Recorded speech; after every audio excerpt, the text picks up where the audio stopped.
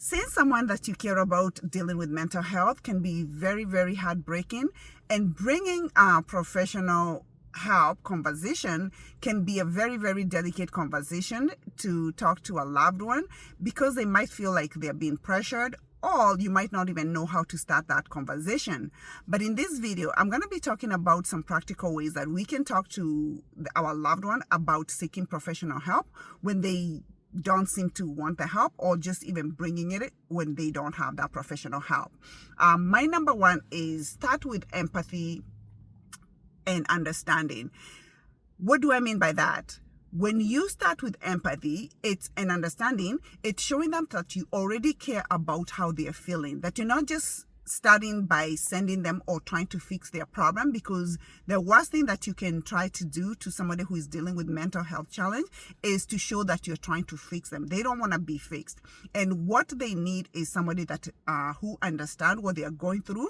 So first of all, understand what they are going through. Let them know that you understand their challenges and that you're validating how they are feeling. So that's my number one, because the last thing that you want them to do is to think that you're trying to fix them. Number two is normalizing the need to seek help. There's so much stigma around seeking help. Like, even when people go for counseling, people think there is something wrong with that, and people, especially if they're going through mental health challenge, they don't want to be judged. They are already afraid, or they are already kind of ashamed of what they are going through, and they feel like they shouldn't be going through what they're going through. So seeking help for them, it might feel like, that they don't want anybody to know what they're going through. But when we normalize that conversation, and normalize that conversation about seeking help, and that help is good, is very, very important. You can even talk to them and give them examples. If you yourself have maybe gone for therapy and it has helped you, you can share that with them. Or if you know somebody who have gone through therapy and it has helped that person that you know, it's good to talk to them about it and let them know that, you know what, I know so-and-so who went through therapy and it was very helpful for them. So normalizing it and showing that, you know what, it's just like going to a doctor. When you have a problem, and there is nothing going to the doctor when you have something that you want to talk about, or when you're not feeling good. So let's normalize that. And so number three is offering reassurance and not pressure. And so what do I mean by that? Is that do not pressure them. If you know that they need help professionally, just bring the conversation gently and do not pressure them. Just let them talk to them about it, but let that decision come from them. They don't want to be pressured, because when you pressure them, that will make them push back. I have seen people that I have suggested to therapy, and when you push and push and push and push, the more you get the resistance. So do not push or pressure. Just let them know the importance of it and do not pressure them. And then the other thing, number four, is help them with the research. If you are going to talk to them about professional help, make sure that maybe they might be very overwhelmed and they might not even be in a position to be able to look for the help.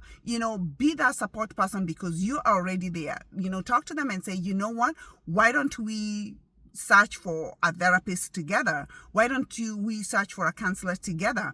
And show them, you know what, I'm here for you. Because looking for somebody and deciding maybe who they want to see, it can be already, when they're already dealing with mental health challenge, it can be challenging, and they might not have that energy to look for this person, or to go to the internet, or to look for somebody for them, and they might not even know what to look for. So be that support person and help them do the research. Or if you know somebody who is going through therapy, ask for referral. Sometimes when we have somebody who have already know somebody that has helped somebody, that can be a good resource for your loved one, or your coworker, or your friend that you're looking to help professionally.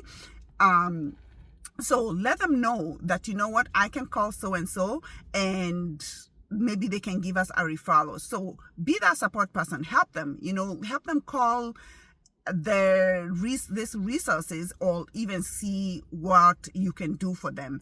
And number four I think it's number 5, address their concerns and fears. Talk to them. What is their fears? Why would they be afraid to go to see a professional help? Sometimes people don't want to seek professional help because one of the things is that, as I said before, is that they are afraid, the stigma, debunk all the myths that, people have. The other thing is it could be people don't have the resources. They might say, oh my goodness, it's such an expensive thing to see a therapist. I don't want to see a therapist. How am I going to cover it? Talk to them. Maybe their place of, maybe their insurance, check with the insurance. Does their insurance cover therapy? You'd be surprised there's a lot of insurances that can cover that. There's also resources. Your workplace might even have that they have a place where their workers can go for therapy. So help them find the resources, or help them, overcome these fears, because most of the time it's the fear of like, I don't have the money, I don't, who is going to pay for it, all those fears. They might have all the fears that you don't know. And make sure that you're validating their concerns, you're validating their fears, because the last thing that you want to do is invalidate what, their fears are. If they say that, I don't want to see a therapist for such and such a reason, validate that, because you don't know, you're not in their shoes. So make sure that you're validating that. And number 6 is highlighting the benefits of professional help.